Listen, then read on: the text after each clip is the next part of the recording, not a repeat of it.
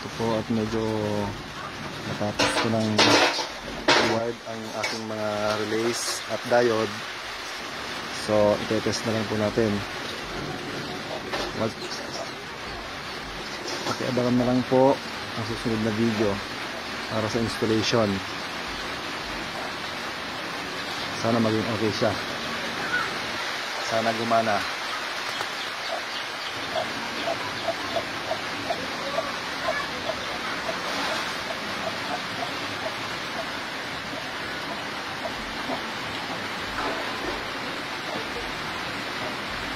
My own version of fix and hazard.